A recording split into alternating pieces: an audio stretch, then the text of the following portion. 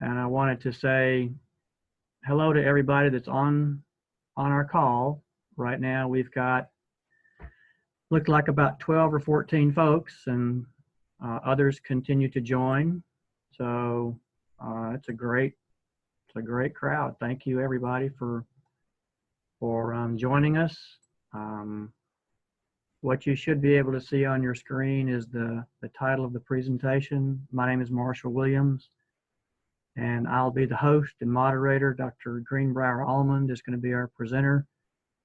And the agenda for tonight is in front of you, but before we get started, let me just take a half a second and pray. Father, we thank you for this day. We thank you for these men and women who seek to touch the souls of their patients. We thank you for your faithfulness to each of us. And we pray that you will bless this time, encourage us, teach us, and give us a good opportunity for fellowship and encouragement. In your son's name we pray. Amen. So basically, the agenda is a welcome format. You can read it probably quicker than I can talk. One note on the bottom of the page is that we are going to record this, and what I will probably do, depending on the nature of questions and answers and discussion, I may or may not include that portion of the evening in the recording that we post on the website, but we'll wait and see what happens at that point. So just a real quick reason for what we're trying to do here, and trying to, as you can read on the screen, we're gonna, every 4 months, we'll try and pick a topic that challenges the interface between psychiatry and faith and helps us get better at integrating the two. We're going to stick to the time frame, 7:30 to 8:30 this time. The next time it may be a little different, Eastern time, so the folks on the West Coast can join. Right now it's prime patient time in the afternoon, so we'll move it a little later. We'll vary that each time we do it. The format will generally be a 30-minute presentation and then a 30-minute discussion. I will host that, and I have control over each of you, so I will unmute us during that time, and we can try and follow the guidelines of participation that are on your screen. We'll see how the technology works in terms of whether it remains clear. There is a chat option if you can't hear or something happens. If you will chat me, then I can answer you and I can get back with you. So that being said, we will move on to the presentation. Dr. Almond is a longtime member of the psychiatry section. He is distinguished. He has been practicing for many years. He corrected my slide earlier today. He's been married for over 44 years to the love of his life, and has, I think we settled on 7 grandchildren, all of whom are girls. So anybody that says that there isn't a propensity for having one sex over the other, depending on the people, needs to talk to Dr. Almond. But with that being said, I am going to unmute you, sir. Okay. And you are there. Thank you. This is, and understand this is the inaugural session, so this is really auspicious in one way for the sake of West Virginians. And I wanted to dedicate whatever I say to the Buffalo Creek disaster, the studies of post-traumatic stress disorder that came out of that, which was established as a DSM diagnosis in 1980. But in 1972, on the 26th day of February, this is the 27th day, of course, that 17-mile-long river in Logan County, in Coalfield, so West Virginia, had 3 ponds, poorly built, engineered, and these were filling up with water. There's a lot of rain, a lot of snow in West Virginia this time of the year, and everyone feared that they would rupture, and in fact it did. And there were 500 houses destroyed, 4,000 people were left homeless, 125 died immediately. But children cried every time it rained after that. People who survived never took their clothes off to sleep, and people who worked every day of their life never went to work again. And so this became a study. Maybe it should have been West Virginia University, but it was Yale University that came down and did the studies. And out of that, we got the diagnosis of PTSD, which, as I talked later this evening, has been a big part of my practice in one way or another with combat veterans. So auspicious that we're doing it at this time and in West Virginia. What I want to do is talk about the Luke-Paul connection as we developed it at the City of Faith, where a doctor and a chaplain joined together in a joint practice. I have Chaplain Stan Beeson to thank for a lot of the sharing and input. In fact, I'm going to cover 16 points that we scratched out together, sitting down at a table in the cafeteria of the City of Faith Hospital in 1986, and said, what do we want our healing concept class with our students to look like? And we were being asked to develop an eating disorder program. Richard Roberts had gone on the air with his daily TV program and said, if you need help with anorexia or bulimia, come to the City of Faith, we can help you. And that was the phones lit up and hundreds and hundreds of people called, and that was fine, except we didn't have a program. So Stan and I were tasked to develop one. And so we said, well, what are we going to do? And what concepts are we going to work with? Because our primary task was to educate 50 students a year, medical students a year, graduating, who would go to the mission field. So that by the year 2000, we would have doubled the number of Christian medical missionaries in the world.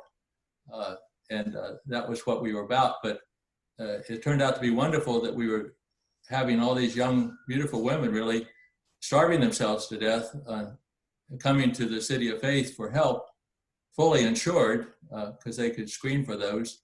But, and then we could talk about malnutrition and diet and vitamins and all sorts of things that our doctors would run into on the mission field, wherever they went in the world.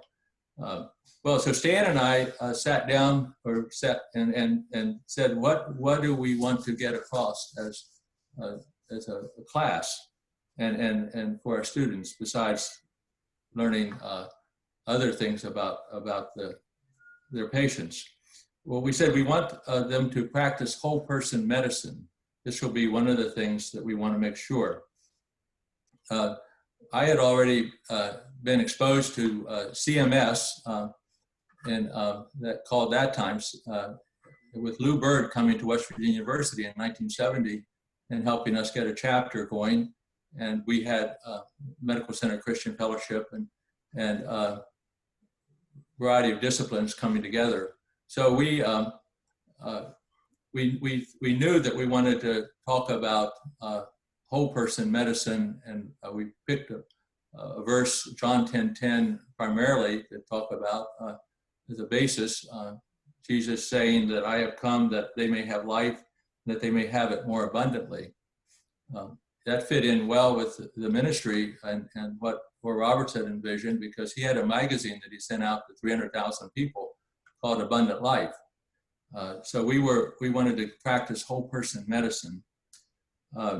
Second point we wanted to do is seek to bring about whole person healing rather than mere eradication of symptoms or the treatment of disease. We wanted to treat the person and not the disease. I had come at this through a grandfather who has turned out to be the oldest Methodist minister in West Virginia, as he served his congregations, and he went to 50 conferences, annual conferences in a row and never missed, and finally died at 96 on Christmas Day. But he had tuberculosis when he was young, and he spent 18 months in a sanatorium in West Virginia in Terra Alta.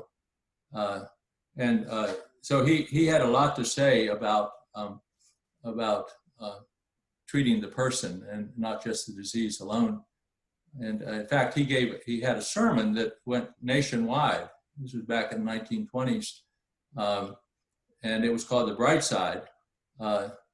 And radio was the medium. And so he went across America, going to little radio stations and giving that talk. And so after I got to the City of Faith, I realized that Oral Roberts had tuberculosis, and he got into a healing ministry in part because of that. So that was the second point we wanted to address in our class. Third would be we believed all healing is accomplished by God, but that God uses physicians along with others as important instruments of healing. And the healing team concept we were working with was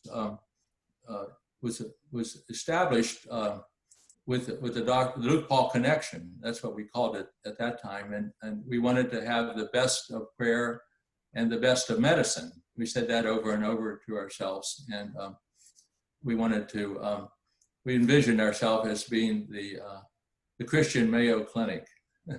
But we wanted to, but we knew that God accomplished the healing. And that was a big emphasis for us. I'm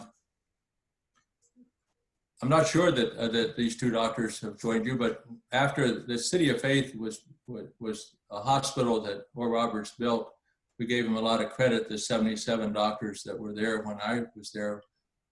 No, we didn't think anyone else in America could make a 60-story office tower, a 30-story hospital tower, a 20-story research tower on a base that was the Ark, the size of Noah's Ark, as best they could determine that.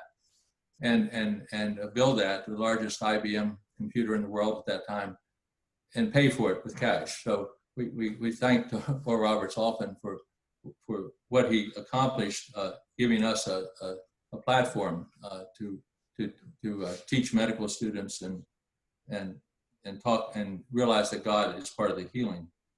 A fourth point we wanted to make was we wanted to have our students grow up to be skilled in the ministry of compassionate listening. Certainly a big stage of life for psychiatrists, what we do. My academic part of that, the part that I've hung onto for years, has been something I learned at an APA meeting in Philadelphia. Again, I don't know the exact year, but there was a Dr. Barnhouse. I think she had some notoriety of taking care of Sylvia Plath. But anyway, her father was a Episcopal minister, if I remember. But she talked to us about James W. Fowler, American theologian who's professor of theology and human development at Emory University. And he had a book about the stages of faith, going from 0 to 6. And as I listen to people, I'm trying to identify their faith stage always, and listening is in many ways that I can, of course. But this becomes important. I've learned over the years that if say I'm taking care of a couple and they're having a marital conflict, then they may be in part conflicted because one's at stage 2 and one's at stage 3, let's say, and people that are close together in their stage of faith can be more conflicted. I'm sure a Billy Graham at stage 6 would get along with anyone, whether they're stage 1 or 2 or 3 or 4. So anyway, just listening through with an ear for having compassion about growing in faith has been important. And depending on where we go with our time, I have there's 6 stages I've written out here later on. A second or a fifth point that Stan and I sat down and as I say, we were writing these things out and fleshed them out as we went along. We wanted to have our students become skilled in a ministry of incarnational presence. And again, I thank Lou Bird of the CMS who put me on to Paul Tournier. he would come from New Jersey or wherever he lived at that time, and he would come down to West Virginia, and he would, we'd go to workshops, and we would look at Paul Tournier, the healing of persons. And Paul Tournier is probably the best known Christian physician.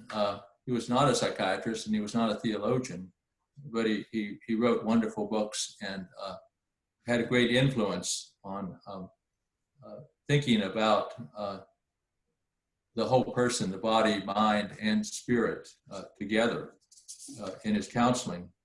And I've used Paul Tournier's reference over and over again. The sixth point we wanted to do is have our students become skilled in a ministry of prayer. I mentioned our goal, one of the things we were trying to do would be, as we would say to ourselves, the best of prayer and the best of medicine. Oral Roberts had a dean at that time, Larry Lee. I looked him up too. He's gone back to Rockwell, Texas, and the Church on the Rock, he calls it. But he's written a number of books. But he would want to teach about the Lord's Prayer again and again, and certainly a great prayer. Our eating disorder program, and I bring in Dr. Choi as an example here. We of course would pray with our patients, and I learned a lot about prayer watching Stan Beeson pray, and of course have over the years enjoyed praying with my patients too. But we had Dr. Choi had joined us, and he was an internist. He would do our complete physicals on our patients when they came in, and he had one. I remember this occasionally. It was almost a crisis. We had a deal with American Airlines, and they would had 18,000 employees, and we were called the HMO of Oklahoma, and they would fly their airplanes empty from Dallas over to Tulsa, and they would do mechanical work and use the airport there for that, and they would fly ministry patients. Say I had a nurse from Boston, and she wanted to be in the eating disorder program, and she could fly free, American Airlines, to Tulsa and be treated, and then would be flown home. So we had a lady that was married to a pilot, and she came as a patient, and I remember Chishu praying with her, and he was a very spiritual man, but he kept praying and kept praying and praying. And the poor lady thought that she was dying. This doctor is praying so long. Something's really seriously wrong. And of course, she had her eating disorder. But we learned a lot about the ministry of prayer, and wanted to become better at that. Seventh point here in our 16 points, as we conceptualized our healing concept class, would be to be skilled in the ministry of pastoral counseling. I had actually I came into psychiatry through this stage, this step. In 1970, Kenneth Taylor was just working on his living paraphrase of the Bible, and he had done the Psalms and he'd done the Proverbs. And someone gave me a copy of the Proverbs, and it was just a little tiny book, and it fit in my lab coat. And so how it is in medical school, you wait for the professor 15 minutes in anatomy, and then I could get out my little Proverbs and read, and then later on in rounds, you wait for the attending 15 minutes in surgery rounds and so forth. So I read the Proverbs over and over and over again in a 4-year period. And I got to the 4th year, and we had the national board part that had a psychiatry section. And I was thinking about psychiatry, but I was also invested in the primary care, family practice was a new specialty at that time, and had maybe a little, my dad was a GP, but anyway, he did everything well in West Virginia, but family practice had a little bit more pizzazz to it, as a residency. So I was thinking about that, but I came to that part of the test, and I knew that I read the questions. I said, well, there's theory behind this, the way they ask it, so I have to know what Adler would say, or Freud, or Jung, and then I can answer the question correctly. But I was anxious; I couldn't remember, and I said, but I know Solomon. I know what Solomon would have said, because I'd read the Proverbs so many times, and I answered according to Solomon. And so the test score came back. I got the 99th percentile.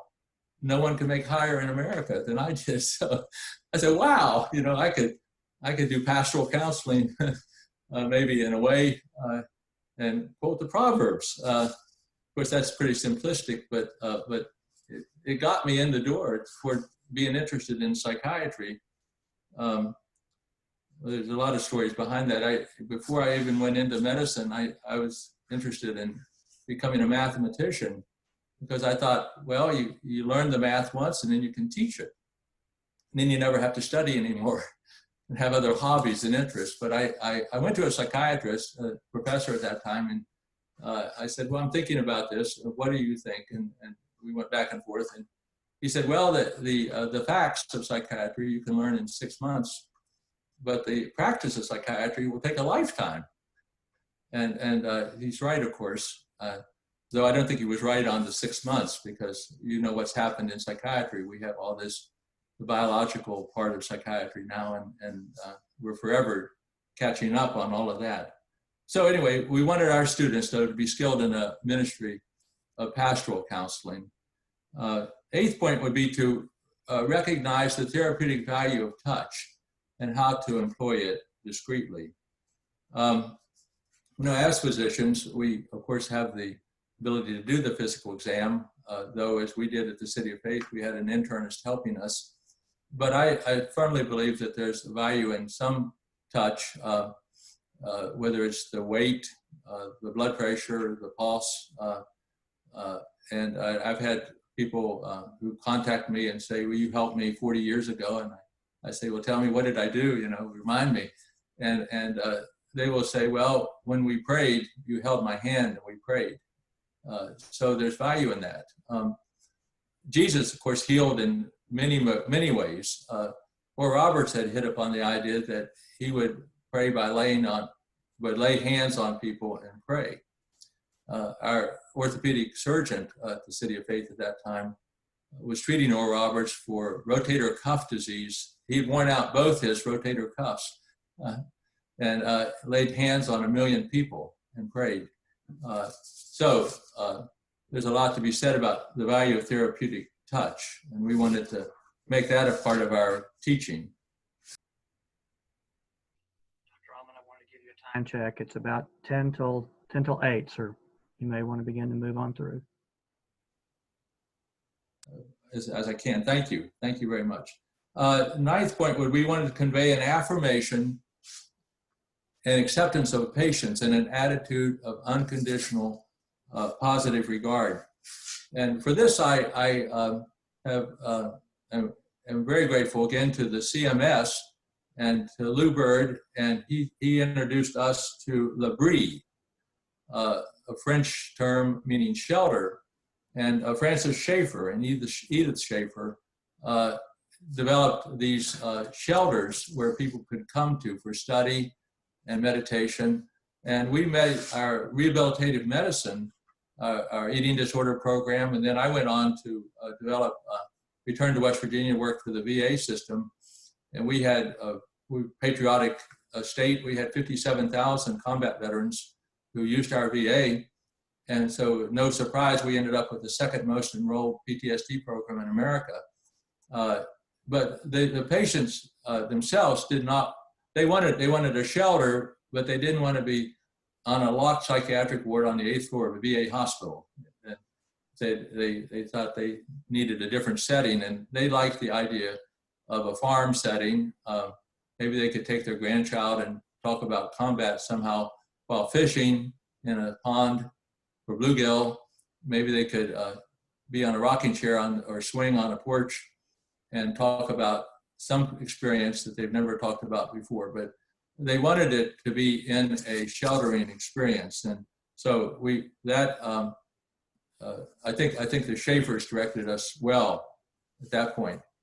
The 10th thing, we wanted to know how to express the essence and the intent of Christian faith to patients without condemnation, judgment, or preachiness. When we were opening our office, we called our office Total Life Clinic. We took our own ER duty. We didn't have ER doctors. In West Virginia, we had 5 counties that were in the donut of West Virginia. Each county has about 2 doctors, and of course we rely on each other. And they would call me up and say, I have a suicidal patient, and I would, of course, always say yes. But we would talk on the telephone to them, and I realized I needed to expand the knowledge base, and so there was contact teleministry. I learned about this through Norman Vincent Peale in Marble Collegiate Church, and I think they had 8 or 9 psychiatrists on their staff. But this contact teleministry, I think their headquarters was in Hershey, Pennsylvania at that time. But they had a manual where people could develop crisis telephone lines from a Christian perspective, and it was a good course. And we trained 60 people, and we could take 4-hour shifts twice a month with volunteers and help people prevent suicide and get help. And this was out of our office. Well, I took their manual and have used it over the years. There's no condemnation, there's no judgment. It's not. It's a Christian approach to listening, but it's certainly not preaching. I want to just say that I checked them out now. They have gone on beyond just being a Christian organization, and now they're the certifying organization for helplines all across America. Contact USA. 11th point in our class of healing concepts is to know how to arouse realistic hope within patients without triggering unrealistic expectations. And I still go around and on about hope. And my daughter, I'm a success because I have a successful daughter who became a psychiatrist. But she went on and has done more than I will ever do with this hope concept.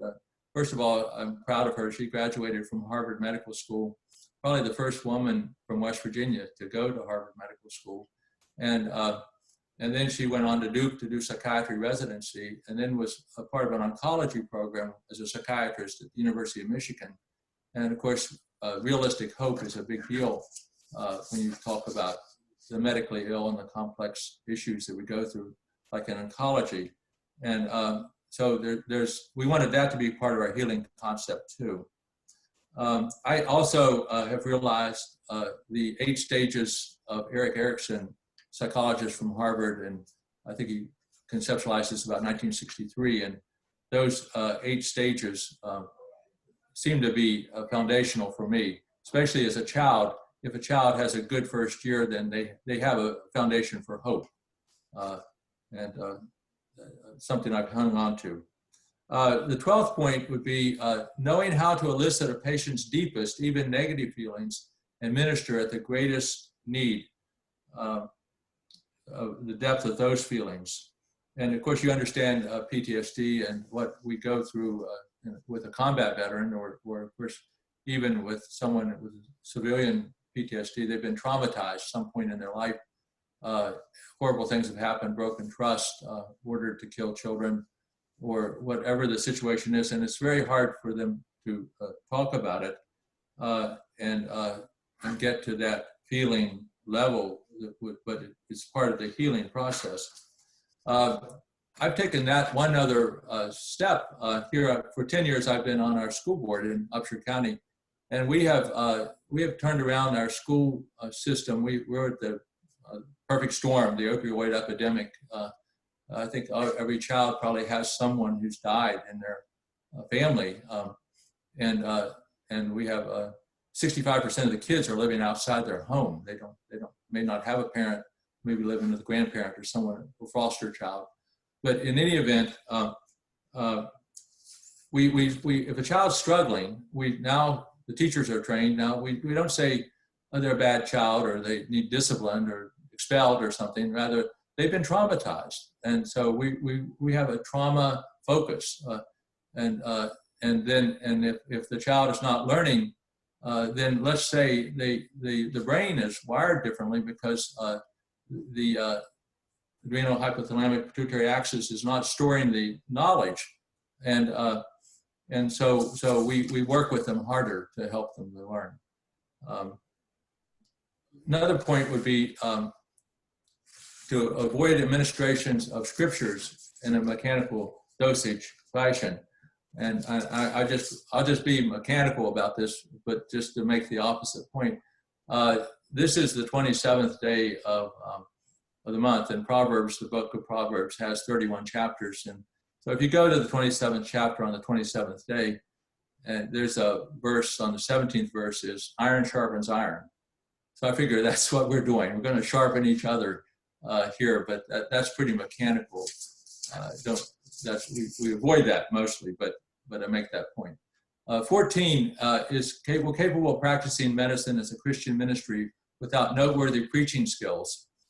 However, it's hoped that a physician would become increasingly willing to attempt to articulate his faith, his testimony for Christ, and comments of Scripture.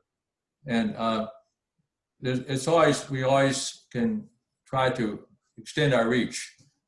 When Marshall said, why don't you go on Zoom technology and talk to 500 doctors? I said, what? But it's worth trying anyway. We extend ourselves. 15th point would be carry out our ministry mainly one-to-one. And what a privilege that is as psychiatrists to be able to do that. As Patch Adams, a clown, he's often portraying himself that and going around Patch Adams, the movie. He has a farm, 300-acre farm in West Virginia, not too far from here. And of course, as he says, he's giving away the most expensive commodity in the United States, healthcare. And he does that through humor and his hospital, which doesn't look anything like a hospital, looks more like a library. But he still carries a lot of that out one-to-one. And of course, the Hippocratic Oath directs us that way too, that we hear things that we should never, ever divulge one-to-one. And the final point, 16, we want to support a network in order to receive ministry for our own needs. We want to develop that network. The network should include other Christian physicians and non-medical Christians, such as ministers, nurses, other Christian people. I am forever grateful for the CMS, CMDA now, and the psychiatry branch for these. You all got my back on several occasions. When I was in trouble at the City of Faith, I was feeling bad when the ministry decided not to scholarship their students, and because they had come there to be on scholarship and then to go to the mission field. So now they're going to pay a high tuition, higher than they would pay if they went to Indiana University and they were from Indiana. So I went to a retreat in the Smoky Mountains that the psychiatrists were putting on every year. And I said, I need this retreat. I have to think this through because I'm going to exit the City of Faith and the ministry and as a professor. And I really wanted to see the residency develop, and I wanted to see a lot of things happen. But it was getting together with other psychiatrists in the Smoky Mountains that weekend in March, and that saved my life and got me back to West Virginia. But we need that network always. So I think I've covered this as much as I can in a short time. I'm a talker when given a chance. Marshall, I'll ask you to direct us at this point. Okay. Thank you very much, sir. I'm going to unmute everybody, and I'm not sure how this is going to work, but if you guys have a question or a comment, test the waters, and then we'll listen, and then we'll wait for the next one. How about that? Okay. Everybody is unmuted, unless you've got yourself muted. I can't unmute you if you have yourself unmuted, evidently. Muted, evidently.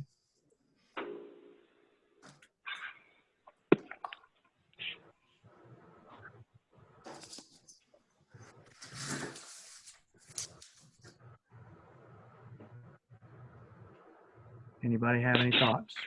Well, let me just go back to the concept course. This is, I think, Marshall calling me up and just suggesting I might do this has been wonderful. I'm glad I accepted the challenge.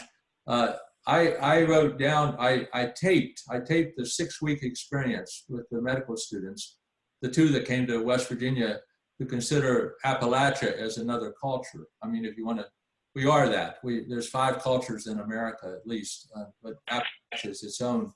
And so I have a body of material that I'm going to turn into a book. So I'll give you some credit for that.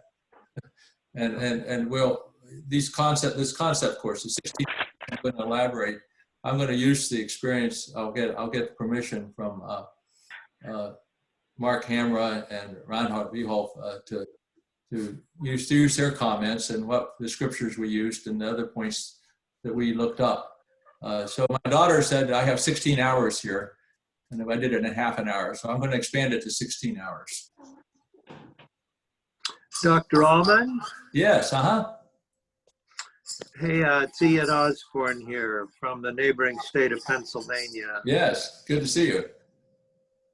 So thank you very much. That was very interesting to hear. And I'm wondering, when you work with PTSD patients, do you treat them, I mean, like you would a medical patient as far as standard therapies, or are there particular Christian approaches or Christian insights that are helpful to use with those people? Okay, well, here's what I did.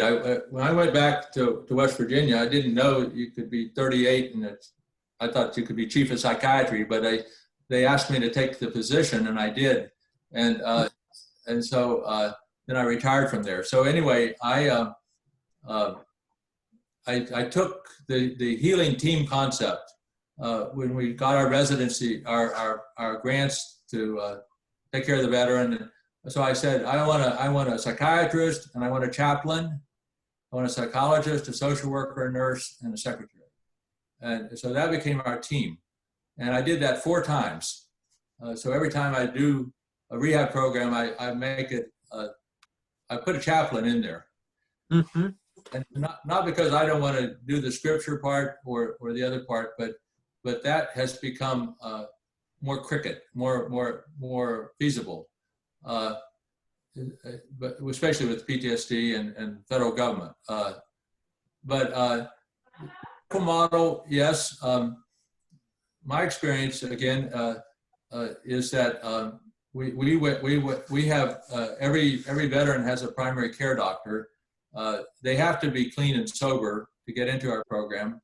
So we started 2 rehab programs for substance abuse as feeder programs. Really, they don't want that program. They only want the PTSD part, but they have to be clean and sober. So they have to go through that program first. And they get a medical workup pretty much before they get to us.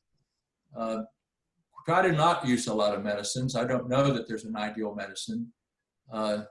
One point in my life, I liked gabapentin, but I don't think that was the perfect choice by any means. But they did have depression. We did a lot with exercise. I always thought that Well, just a clarification of the question, yes. Maybe? Go ahead, yes. I mean, was your approach to PTSD any different than the modern psychological approach, aside from adding prayer and healing? And right. I mean, did you identify somebody in the Bible that might have had PTSD, whoever, Mary Magdalene or somebody, or take any Bible stories and use them, or how Jesus treated certain people? Yeah. certain Christian Right. ends in order to accomplish the ends of PTSD Right. therapy or Well, anything? Well, I said, I probably got into trouble several times with headquarters in but I said, well, what is West Virginia known for? We're in a Bible Belt. So yeah, we can use the Bible. We're in a Bible Belt. The other thing is we have more intact families than any other state. I mean, statistics. So we're going to treat the whole family. And besides, Abraham Lincoln said do that. Take care of the widow, the orphan, those who bore the battle. So we take care of the whole family. And that was, I went out on a limb on both those, but I think it was the right thing to do. Mm-hmm. Thank you.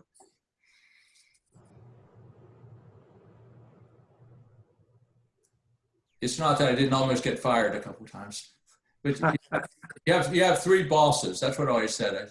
You have the patient, and the patient was getting well, and they liked the program. You have the senator or whoever's over you in Washington. You have your director, and you hope the director has your back. One time we went on a public TV program. There was a lawyer had a program, and he liked to interview people, so he wanted to interview us about PTSD. And they had, anyway, more people watching that night and more questions than they ever had. But our director he said, I'm going to defend you. And he brought his wife. And I was a psychiatrist, I was a guest. I brought my wife. The lawyer who's doing the interview said, I've never done this before, but I brought my wife. So we brought our own system of support.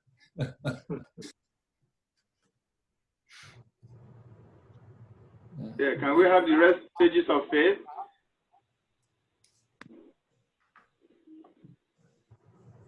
Go ahead, say more. The slide of the rest stages of faith. We only have up to stage. Oh, Fowler, Stages of Faith. Yes, there we have it. Yeah, Marshall's put that up. This is a part of listening and educated listening. I think trying to imagine what's happening to the person. Of course, it's not by birth. I mean, birth to two and so forth may be where it begins, but people can obviously be at stage 0 and be 25 years old or something. If you look through there, I would think. Yeah, we only have up to stage 2 here.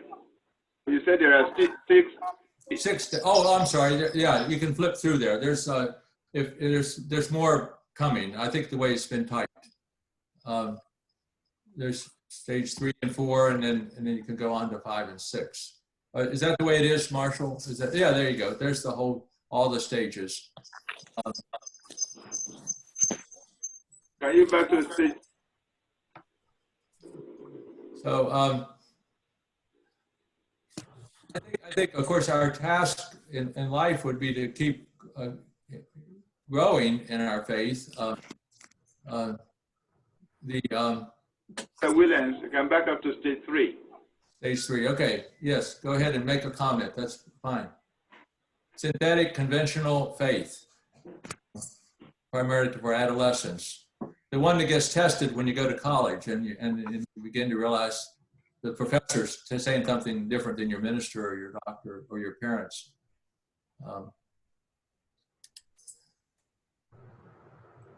I got it right up by Googling it. You can get it on your screen. Okay.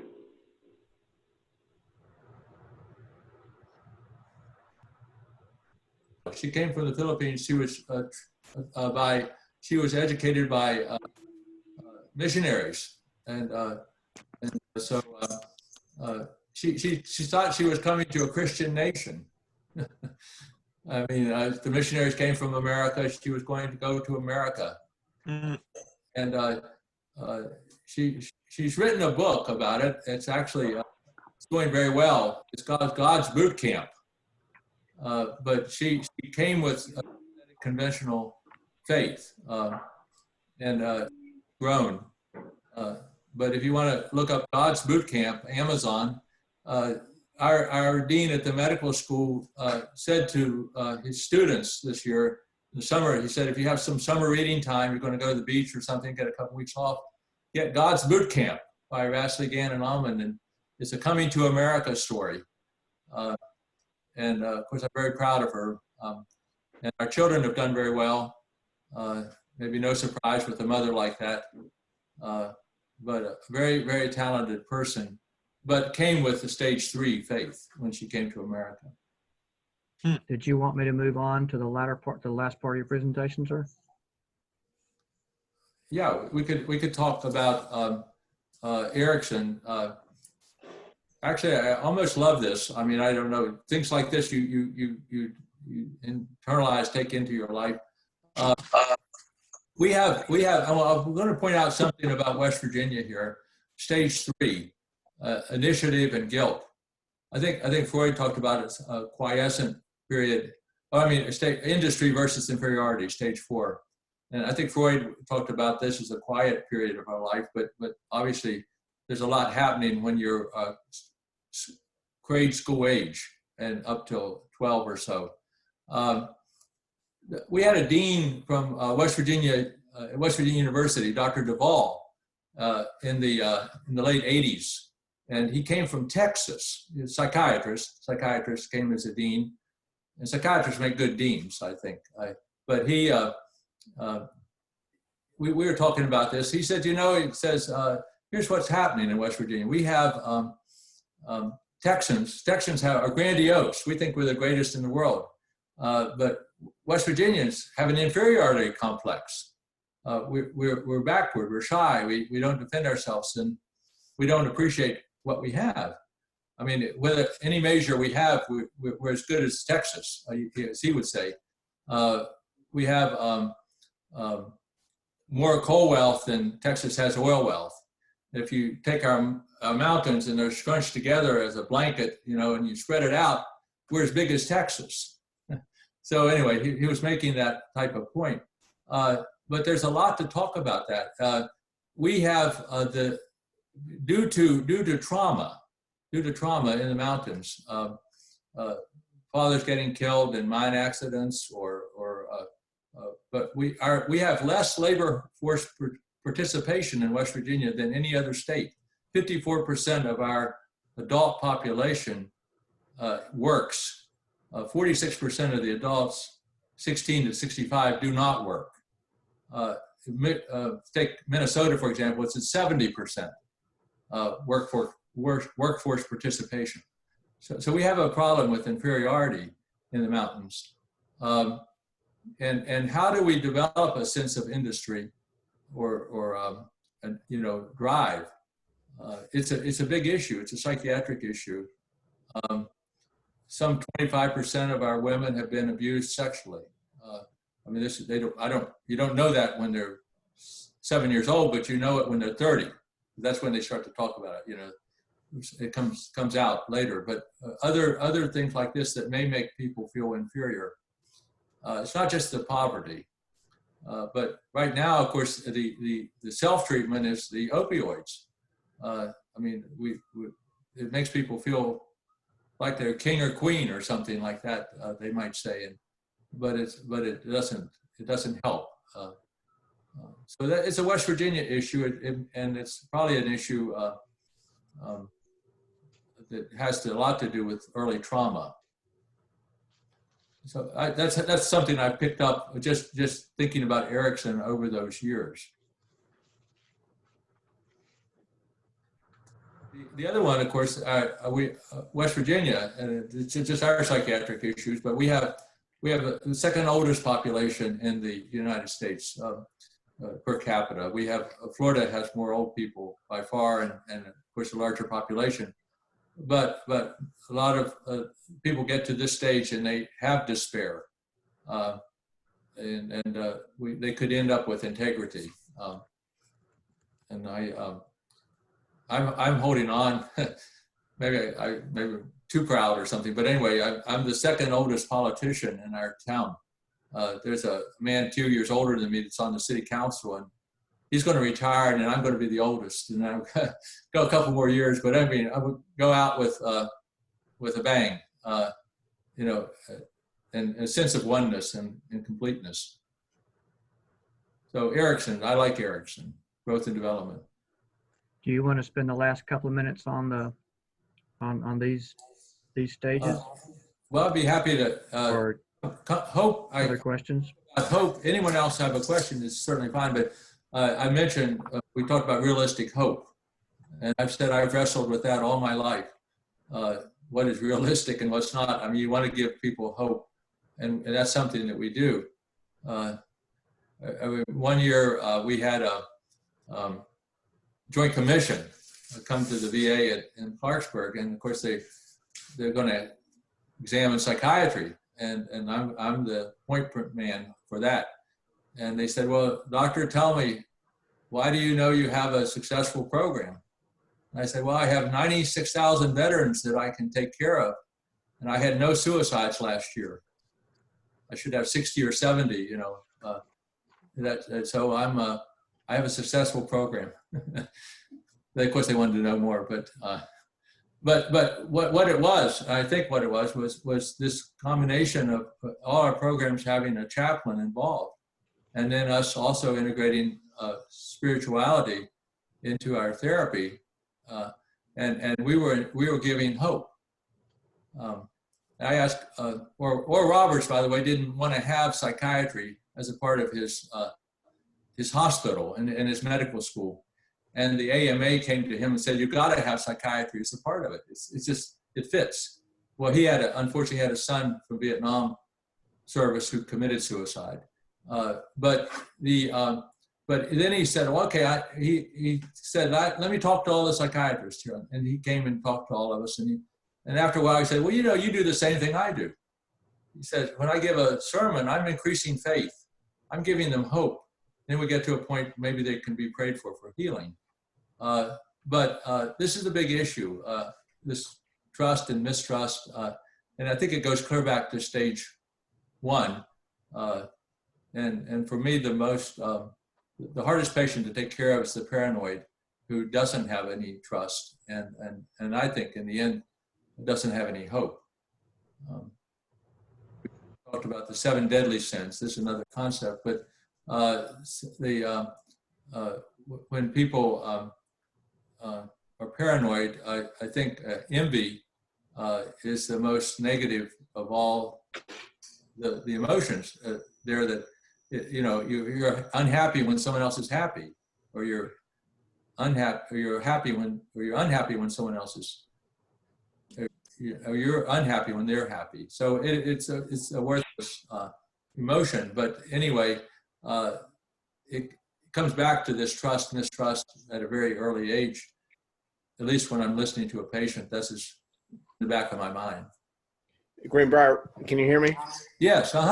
It's Brian Briscoe. When you're working with a issue of trust versus mistrust in a patient, and you're trying to intercede with that developmental struggle,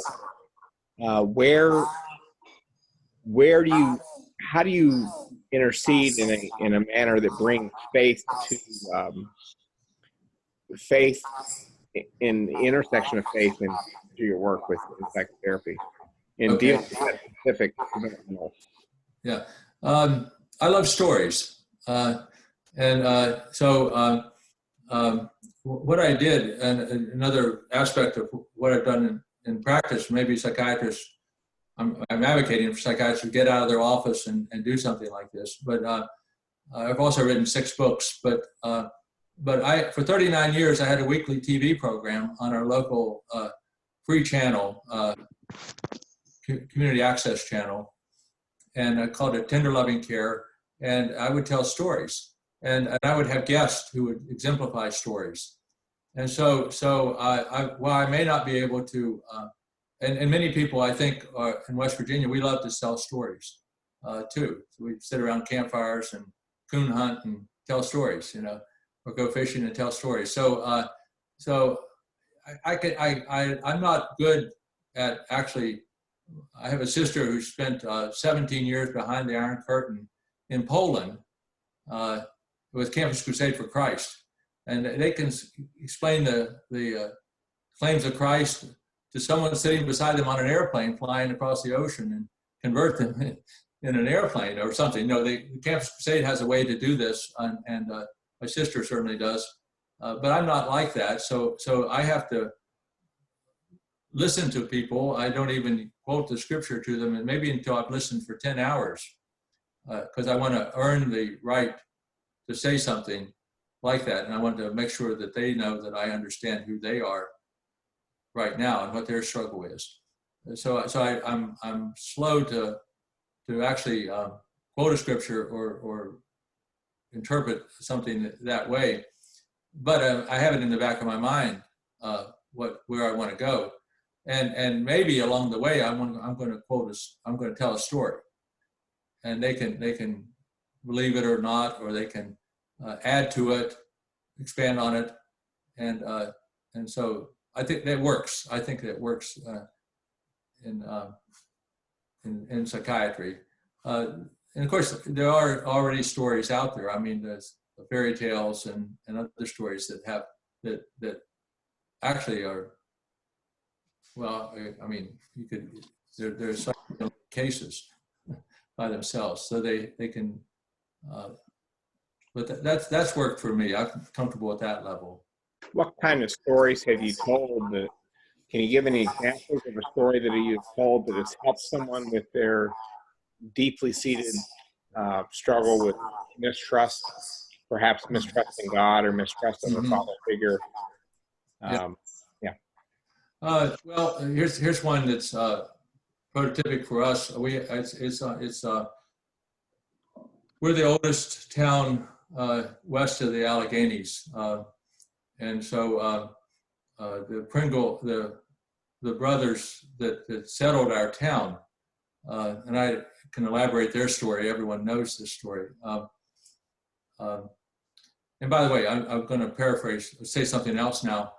I'm having trouble with the youth now in West Virginia, even, who don't understand the Bible stories. I mean, I can say, what does a rainbow mean? They don't know. They don't know about Noah. They don't know that story.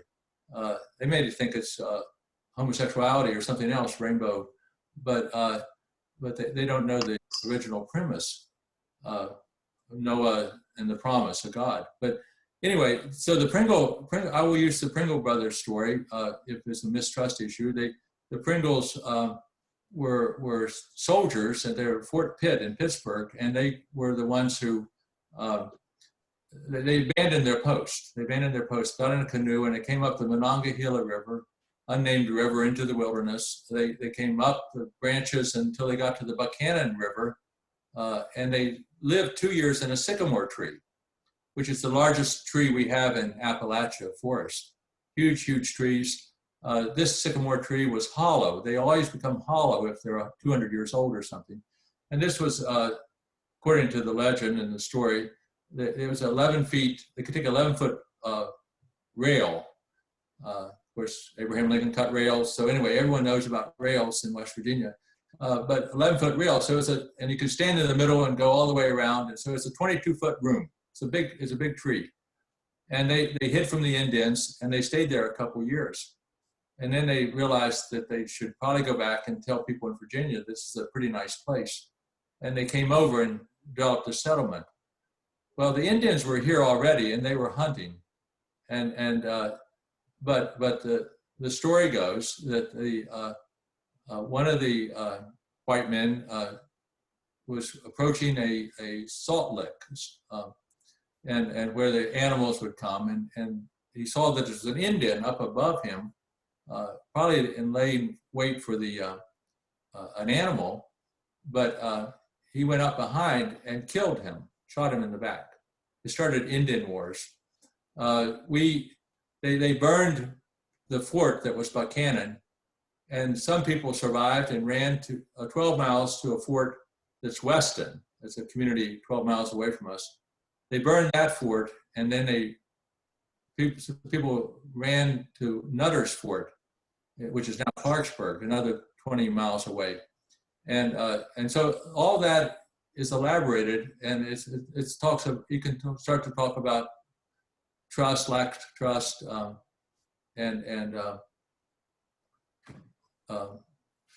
so I go with a primitive story that people will know. I would like to go with a Bible story sometimes, but I've even found that our culture is changing so rapidly that I couldn't even tell most kids about Noah.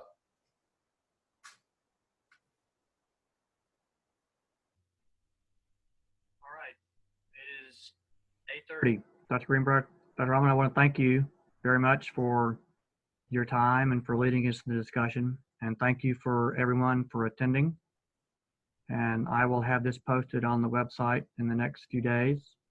And I'll send a link out to let you know what it is. Marshall, thank you. Thank you for the invitation, and it's a great idea. Thank you. Thank you. I'm gonna end the meeting here. Thank you very much, everybody. You'll have a good evening. Marshall.